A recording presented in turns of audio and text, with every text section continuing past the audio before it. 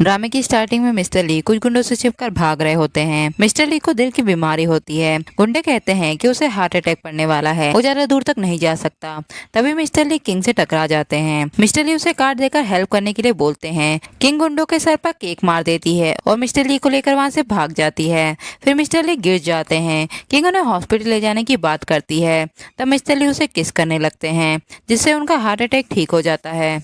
King उन्हें काट कर वहां से भाग जाती है। मिस्टर ली सोचते हैं कि मुझे विश्वास नहीं हो रहा है कि मेरा हार्ट अटैक सच में कम हो गया है। तभी वहाँ उनका सेक्रेटरी भी आ जाता है। वो कहता है कि उन गुंडों को आपके भाई चैन ने भेजा था। मिस्टर ली कहते हैं कि पुलिस को बुलाने की जरूरत नहीं है, पहले हम एविडेंस कलेक्ट करेंगे, फिर उसे मार देंगे। फिर वो सेक्रेटरी से किंग को ढूंढने के लिए बोलते हैं। इसके बाद किंग बार में केक को डिलीवर करने आती है, जहाँ उसे उसकी फ्रेंड रूई मिल जाती है। वो किंग से कहती है कि मैंने सुना है मिस्टर ली किसी फीमेल डिलीवरी गर्ल को ढूंढ रहे हैं। किंग कहती है कि मिस्टर ली कौन है।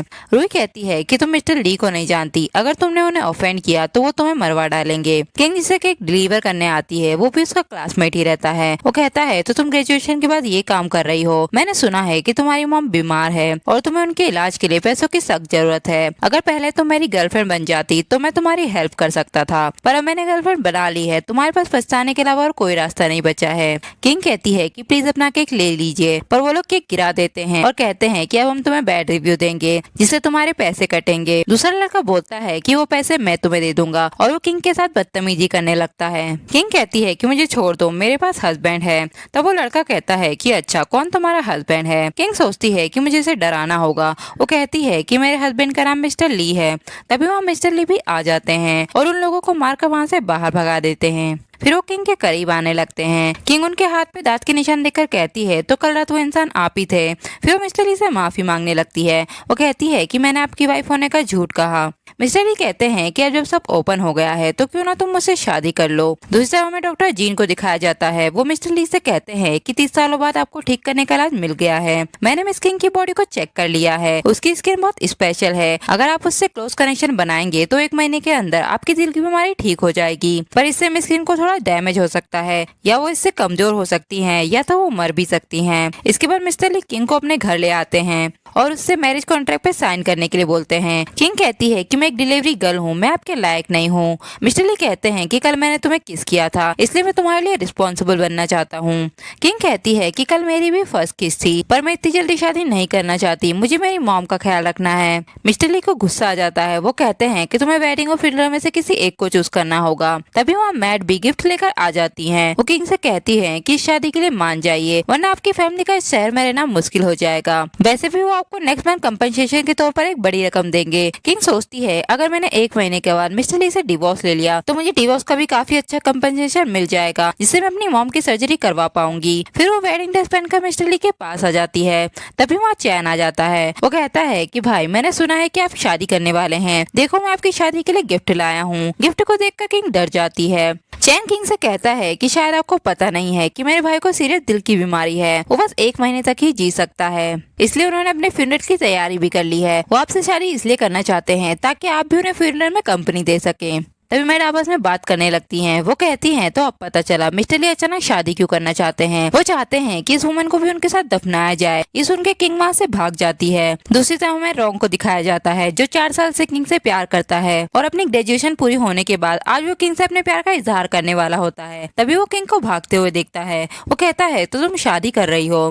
किंग कहती है कि मैं शादी नहीं करना चाहती, वो मुझे शादी करने के लिए फोर्स कर रहा है। कॉन्ग उसे अपनी कार में बैठाने लगता है। तभी वहाँ मिस्टर ली आ जाते हैं। कॉन्ग को उनके गार्ड्स पकड़ लेते हैं। मिस्टर ली किंग से कहते हैं कि मेरे साथ घर चलो। किंग कहती है कि मुझे तुमसे शादी नहीं करना, मैं मरना नहीं चाहती। मिस्टर ली कहते हैं कि तुम्हें भागने का वो शौक है ना, और वो उसे टच करने लगते हैं। फिर वो उसकी ड्रेस खोलने लगते हैं। तब किंग कहती है कि ठीक है, मैं नहीं भागूंगी। मिस्टर ली उसे उठाकर रूम में ले आते हैं और कहते हैं कि तुम्हें क्या लगता है मुझे तुम्हारी जैसी लड़की में कोई इंटरेस्ट है? इस 1 महीने के मैरिज कॉन्ट्रैक्ट में तुम्हें क्लीन रहना होगा, वरना तुम जानती हो कि मैं क्या करूंगा। किंग कहती है कि प्लीज मुझे जाने दीजिए, मेरी मॉम हॉस्पिटल में मेरा वेट कर रही हैं, मुझे उनकी सर्जरी करवाना है। पर मिस्टर ली चले जाते हैं।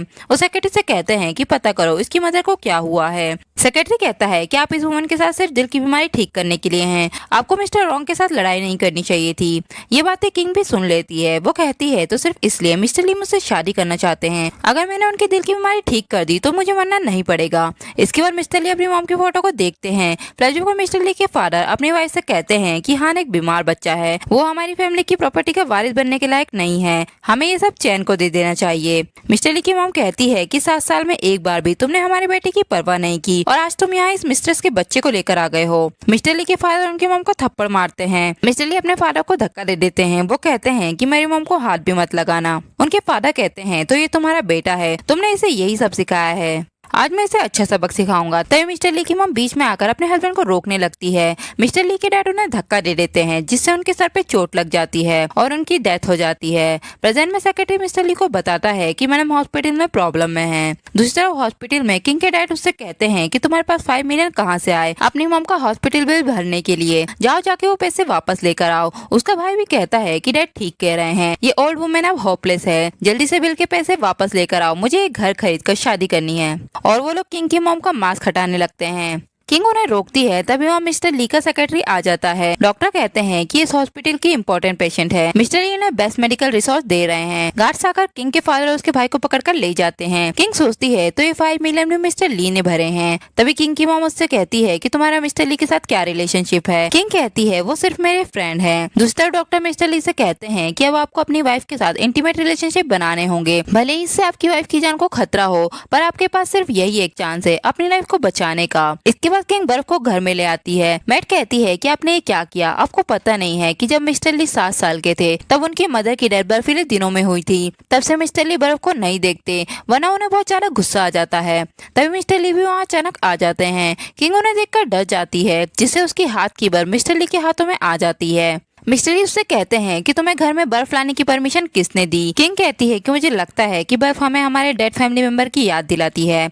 शायद ये आपकी मॉम का प्यार है जो उन्होंने आपके लिए भेजा है। मिस्टर ली उस बर्फ को फेंक देते हैं और अपने रूम में चले जाते हैं, जहाँ उन्हें किंग की बातें याद आने लगती है और वो अपने रूम के पर्दे हटाकर बर्फ को टच करने लगते हैं। तभी वहाँ किंग भी चिकन सूप लेकर आ जाती है। मिस्टर ली कहते हैं कि तुम्हें कौन सा कलर पसंद है। किंग उन्हें ग्रीन कलर ढूंढकर बताती है। वो कहती है कि ये कलर लाइफ को हील करता है और उसे हेल्दी बनाता है। फिर वो कहती है कि आप मुझसे मेरा फेवरेट कलर क्यों पूछ रहे हैं, क्या आप मुझे गिफ्ट देना चाहते हैं। मिस्टर ली बिना जवाब दिए ही वहाँ से चले जाते हैं। इसके बाद किंग मिस्टर ली और उनकी मॉम की पेंटिंग बनाने लगती है। मिस्टर ली कहते हैं कि तुम क्या कर रही हो। किंग कहती है कि आपकी फोटो गंदी हो गई थी, इसलिए मैं एक नई फोटो को ड्रॉ करना चाहती थी, मैं आपको डिवोर्स से पहले गिफ्ट करना चाहती थी। मिस्टर ली कहते हैं कि इसकी कोई जरूरत नहीं है, तुम ये सब डिजर्व नहीं करती। तभी मिस्टर ली को फिर से दिल का दौरा पड़ने लगता है। वो किंग को पकड़कर किस करने लगते हैं, फिर वो उसे बेड पर लेटा देते हैं। जैसे ही वो अपना कोट उठाने लगते हैं तभी किंग को ब्लड की वॉमिटिंग होने लगती है। मिस्टर ली घबरा जाते हैं और उसे रेस्ट करने का बोलकर चले जाते हैं। किंग सोचती है कि ऐसा मेरे साथ पहले तो कभी नहीं हुआ, मेरी बॉडी तो काफी हेल्दी रही है। इसके बाद शू अब्रॉड से लौट आती है। वो सेक्रेटरी से कहती है कि ब्रदर हान ने शादी कर ली है और किसी ने मुझे बताया भी नहीं, मैं ब्रदर हान के साथ बड़ी हुई हूँ,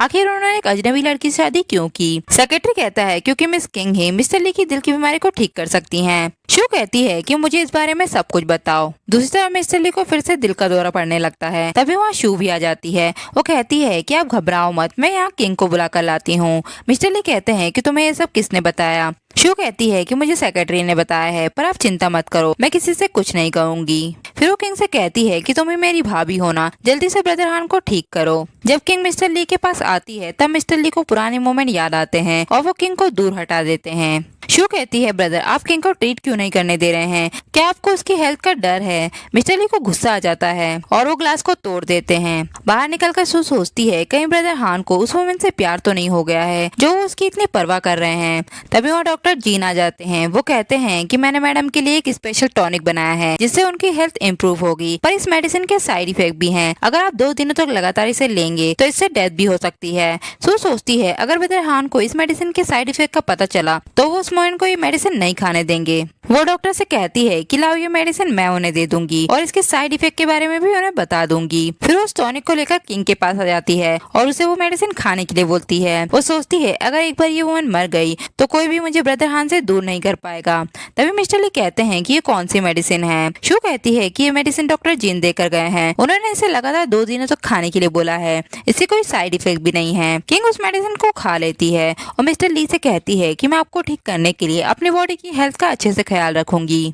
इसके बाद चैन का आदमी बार में पॉइजन का सेंट छिड़क देता है, जिससे मिस्टर ली की तबीयत फिर से बिगड़ने लगती है। चैन कहता है आज हान को बचाने कोई नहीं आ पाएगा, आज उसे मरना ही होगा और वो मिस्टर ली को पकड़ने जाता है। तभी वहाँ किंग आकर मिस्टर ली को किस करने लगती है। मिस्टर ली उससे कहते हैं कि तुम ठीक हो, तुम्हें कुछ हुआ तो नहीं। किंग कहती है कि मैं बिल्कुल ठीक हूँ, जब से मैंने टॉनिक लिया है मैं और ज्यादा बेटर फील कर रही हूँ। मिस्टर ली सोचते हैं तो जिनकी मेडिसिन सच में इफेक्टिव है, लगता है अब हम दोनों की लाइफ ही बच जाएगी। इसके बाद डॉक्टर जिन मिस्टर ली से कहते हैं कि मैडम मेडिसिन ले रही है, ये लास्ट चांस है, अगर तुम दोनों ने रूम शेयर नहीं किया तो बाद में तुम्हें कोई मौका नहीं मिल पाएगा, क्योंकि इस मेडिसिन के कुछ साइड इफेक्ट हैं। तभी मैड आकर मिस्टर ली से कहती है कि मैडम आपको रूम में बुला रही हैं, वो आपको कुछ दिखाना चाहती हैं। मिस्टर ली किंग के पास आ जाते हैं, जहाँ वो उन्हें उनकी फैमिली पेंटिंग दिखाती है। मिस्टर ली कहते हैं पर इस पेंटिंग में कुछ मिसिंग है। किंग कहती है कि इसमें क्या मिसिंग है।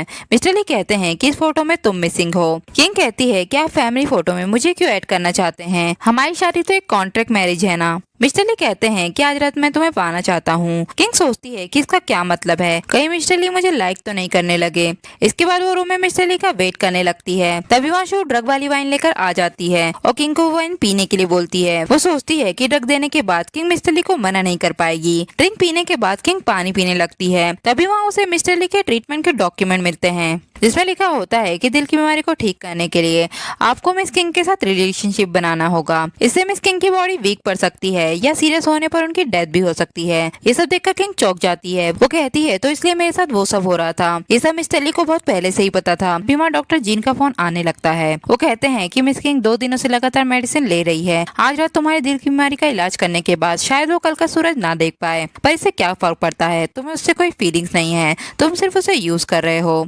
किंग के दिमाग में वही सारे पुराने मोमेंट घूमने लगते हैं जब वो मिस्टर ली के साथ थी। वो कहती है तो ये सब मिस्टर ली का एक जाल था। तभी वहाँ मिस्टर ली भी आ जाते हैं। किंग डॉक्टर का कॉल काट देती है। डॉक्टर सोचता है कि कहीं किंग ने मेरी बातें तो नहीं सुन ली। मिस्टर ली किंग के करीब आने लगते हैं। तब किंग को नशा सा होने लगता है। वो कहती है कि मुझे डर लग रहा है। मिस्टर ली कहते हैं कि नर्वस मत हो और वो किंग को किस करने लगते हैं, पर तभी उन्हें बार बार डॉक्टर जीन का कॉल आने लगता है। मिस्टर ली अपना फोन स्विच ऑफ कर देते हैं और किंग के साथ नाइट स्पेंड कर लेते हैं। सुबह किंग को ब्लड की वॉमिटिंग होने लगती है। मिस्टर ली उसे हॉस्पिटल ले आते हैं। फिर मिस्टर ली डॉक्टर जिन से कहते हैं कि तुमने तो कहा था कि टॉनिक लेने के बाद उसे कोई प्रॉब्लम नहीं होगी। जिन कहता है कि तुम्हें पता नहीं है कि उस टॉनिक के साइड इफेक्ट भी थे।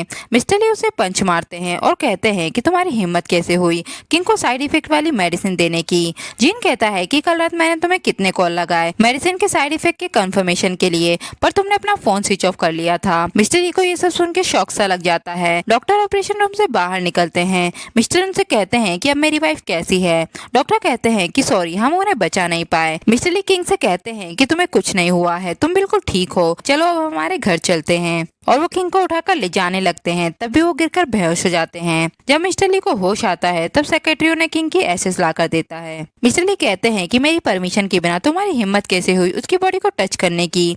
सेक्रेटरी कहता है कि जब मैं वहाँ गया तो वहाँ पहले से ही अंतिम संस्कार करने वाले लोग खड़े थे। फिर सेक्रेटरी कहता है कि डॉक्टर जी अब्रॉड भाग गए हैं। मिस्टर ली कहते हैं कि उसे ढूंढो, मैं उसे किंग के साथ दफनाना चाहता हूँ। सू सोचती है अगर डॉक्टर जिन मिल गया तो ब्रदर हान को पता चल जाएगा कि मैंने भी उनसे साइड इफेक्ट वाली बात छुपाई थी। वो मिस्टर ली से कहती है कि अब जब किंग जा चुकी है तो उसके सामान को मैं यहाँ से हटवा देती हूँ ताकि आप हर्ट ना हो। मिस्टर ली उसे धक्का दे देते हैं और कहते हैं कि मेरी परमिशन के बिना आज से इस कमरे में कोई नहीं आएगा। दूसरी तरफ में किंग को दिखाते हैं। रॉन्ग कहता है कि तुम्हारी प्लास्टिक सर्जरी के बाद वो लोग तुम्हें नहीं पहचान पाएंगे। किंग कहती है कि तुम कौन हो, क्या तुम मुझे जानते हो। डॉक्टर कहते हैं कि मिस किंग के सिटी स्कैन से हमें पता चला है कि उनके दिमाग में घाव है जिससे उनकी मेमोरी चली गई है। अगर आपको मेमोरी वापस चाहिए तो आपको अपने पुराने एनवायरनमेंट में वापस जाना होगा। जिन किंग से कहता है कि तुम मेरी गर्लफ्रेंड थी, तुम्हारी कोई फैमिली और फ्रेंड नहीं है और तुम्हारा नाम जियांग निंग है।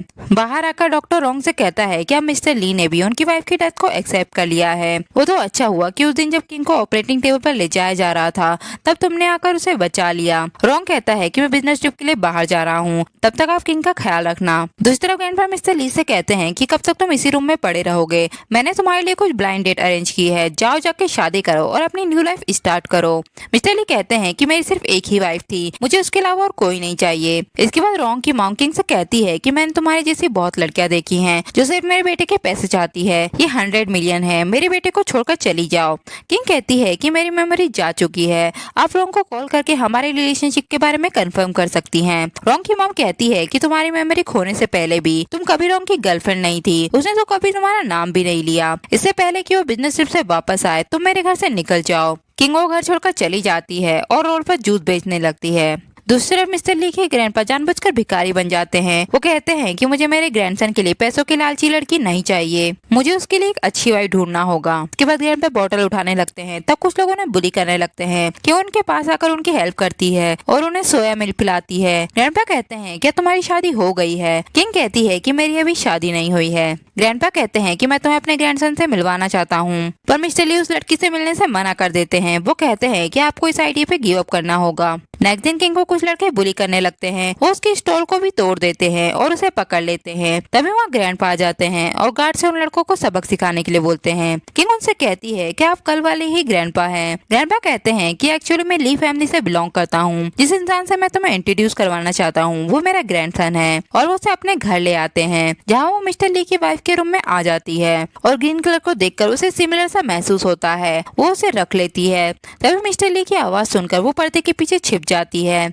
दूसरी तरफ जब रोंग बिजनेस ट्रिप से वापस आता है तो वो किंग को आवाज देने लगता है। उसकी मॉम कहती है कि मैंने उसे भगा दिया है, वो तुम्हारे लायक नहीं थी, मैं तुम्हारे लिए एक अच्छी लड़की ढूंढूंगी। रोंग कहता है कि मैं सिर्फ किंग से शादी करूंगा, अगर आप उसे एक्सेप्ट नहीं कर सकती तो मैं भी इस घर में नहीं रहूंगा। तभी रोंग को कॉल पर पता चल जाता है कि किंग को मिस्टर ली की फैमिली ले जा चुकी है। दूसरी तरफ जब मिस्टर ली पर्दे को हटाते हैं तो किंग उनके ऊपर गिर जाती है। वो सोचते हैं कि ये वुमेन किंग जैसी क्यों लग रही है। किंग कहती है कि मेरा नाम जियांग निंग है।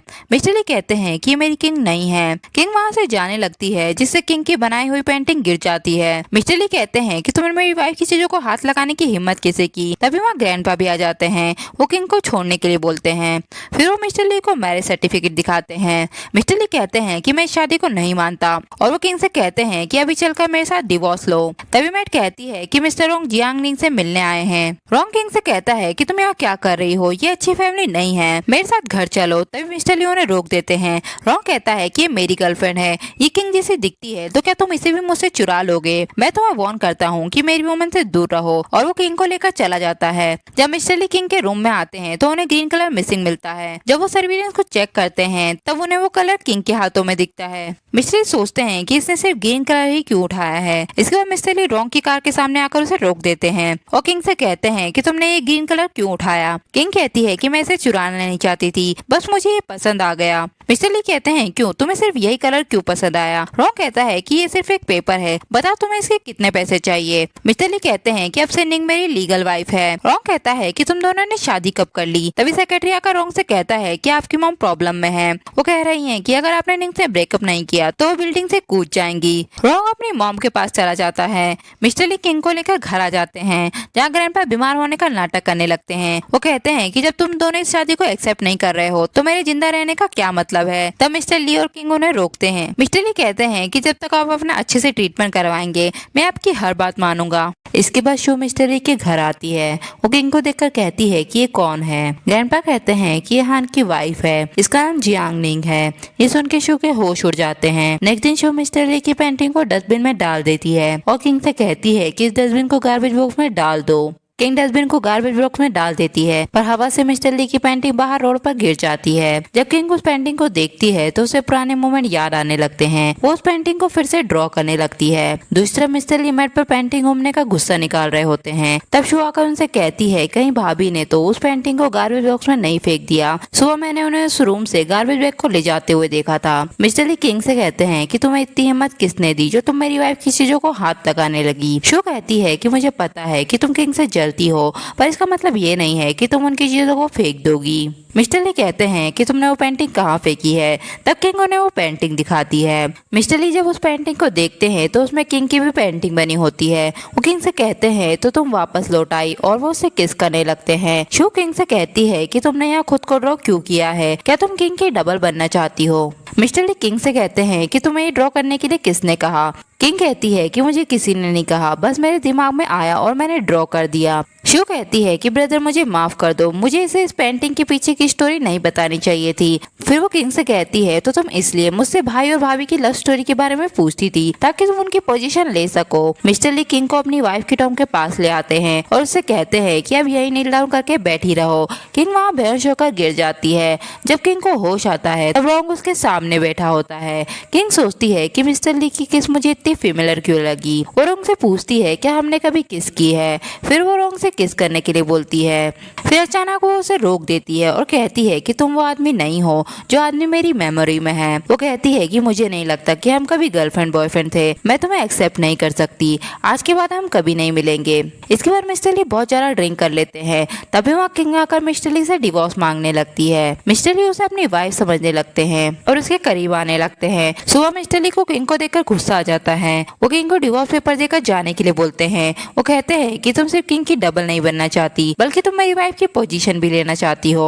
और वो उसे गिरा देते हैं और कहते हैं कि अभी साइन करो और मेरे घर से निकल जाओ। किंग डिवोर्स पेपर पे साइन कर देती है और वहाँ से चली जाती है। इसके बाद सेक्रेटरी आकर मिस्टर ली को बताता है कि हमें पता चला है कि मिस शू नहीं डॉक्टर जिन को भागने के लिए पैसे दिए थे। डॉक्टर जिन ने हमसे कहा है कि जब उन्होंने टॉनिक को शू को दिया था तो उन्होंने उसे साइड इफेक्ट बताए थे, पर उसने ये बात आपसे छुपा ली। फिर मिस्टर ली शू के पास आ जाते हैं। शू मिस्टर ली को बर्थडे प्रेजेंट देती है। तब मिस्टर ली उसे गिरा देते हैं और सेक्रेटरी से कहते हैं कि तुम्हें पता है कि इसके साथ क्या करना है। शू मिस्टर ली से माफी मांगती रह जाती है। दूसरा डॉक्टर किंग को बताती है कि आप 2 महीने से प्रेग्नेंट है। किंग सोचती है तो मैं मेमोरी खोने से पहले ही प्रेग्नेंट थी, चाहे ये बच्चा किसी का भी हो पर मैं इसे रखूंगी। फिर वो हॉस्पिटल में नर्स की जॉब करने लगती है जहाँ उसकी मुलाकात अपनी मॉम से होती है। किंग की मॉम उसे देखकर कहती है कि मुझे तुम्हें देखकर अपनी बेटी की याद आती है, वो भी तुम्हारी जैसे ही खूबसूरत थी। दूसरा मिस्टर ली भी किंग की मॉम को हॉस्पिटल देखने आते हैं। तभी वो किंग को डॉक्टर से प्रेगनेंसी के बारे में बातें करते हुए सुन लेते हैं। वो सेक्रेटरी से कहते हैं कि रिंग का ब्लड लेकर मेरा और उसके बच्चे का डीएनए टेस्ट करो। इसके बाद किंग आंटी को अपनी प्रेगनेंसी रिपोर्ट दिखाती है। आंटी कहती है कि बच्चा तो 3 महीने का हो गया है, क्या मैं अपने दामाद से बात करूं इस बच्चे के फादर को ढूंढने के लिए। किंग कहती है कि इसकी कोई जरूरत नहीं है, मैं इस बच्चे को खुद पालना चाहती हूँ। इसके बाद सेक्रेटरी मिस्टर ली के पास डीएनए रिपोर्ट लाता है जिससे मिस्टर ली को पता चल जाता है कि किंग उनके बच्चे से ही प्रेग्नेंट है।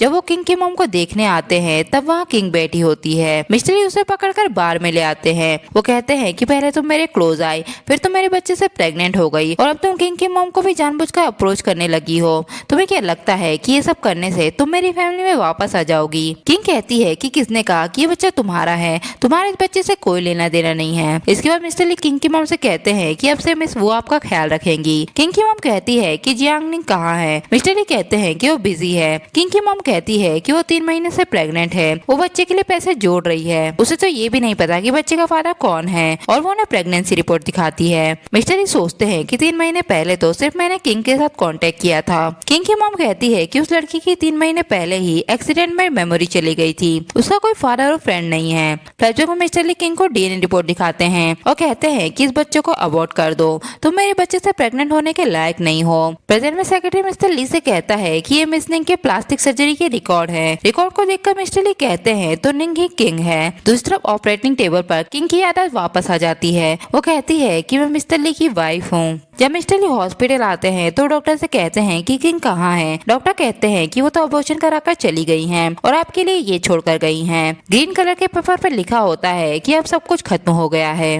मैं तुमसे दोबारा कभी नहीं मिलना चाहती। मिस्टर ली किंग को ढूंढने लगते हैं, तब ग्रैंडपा उन्हें रोक देते हैं। वो कहते हैं कि किंग का मुझे कॉल आया था, वो चाहती है कि मैं तुम्हें उसके पास जाने से रोकूं। मिस्टर ली कहते हैं कि मुझे उससे मिलकर मिसअंडरस्टैंडिंग को दूर करना है, हम फिर से नई शुरुआत कर सकते हैं।